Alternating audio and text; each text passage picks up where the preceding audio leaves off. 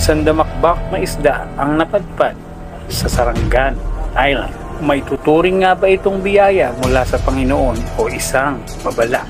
Panoorin natin ang video na ito kung saan masayang-masayang kinukuha ng mga taga Sarangani ang isdang napadpad sa kanila.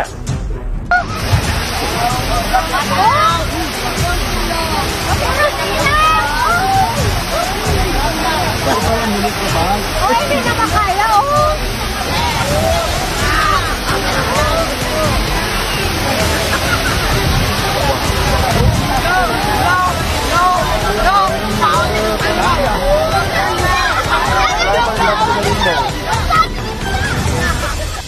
Sa mga oras na yan ay masaya pa silang kumukuha at humahakot ng mga isda.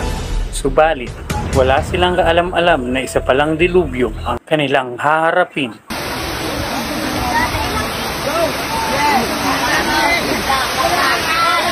Hindi makaya akong ice fish ba?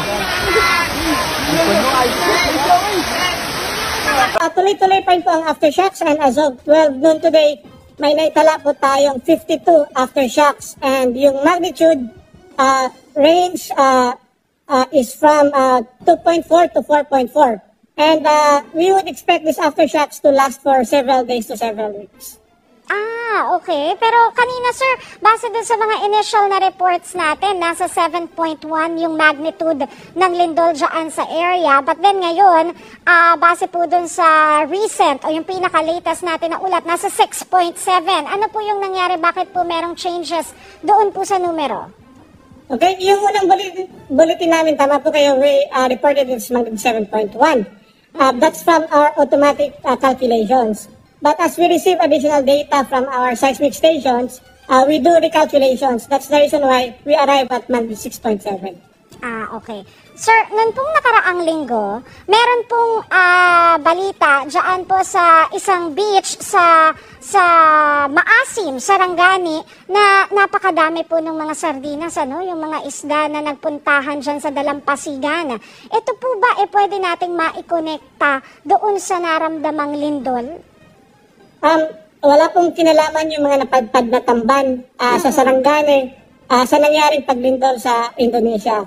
May explanation po yung DNR kung bakit nagkaroon ng maraming tamban. At ito ay dahil sa upwelling ng tubig dagat na nangyayari din naman sa iba't ibang parte ng Pilipinas. So, yung source po ng lindol natin kanang umaga, again, is tectonic in origin. It was generated by Sangrihi Trench. And wala po kinalaman o kaugnayan yung nagsilabasan ng mga isda sa Sarangani. Ay, kasi yung iba nag-worry na pagka daw nakakakita ng mga ganong kadaming isda sa Dalampasigan, baka senyales ng disaster. So,